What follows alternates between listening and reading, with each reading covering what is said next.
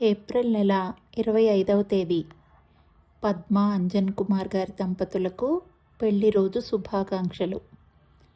తేట తెల్లని పటిక పంచదార్ల తేనెలూరే తీయని నగవు, వికసిత పద్మంలా పరిమళాలతో స్వాగతించే అతి సుందర నెలవు.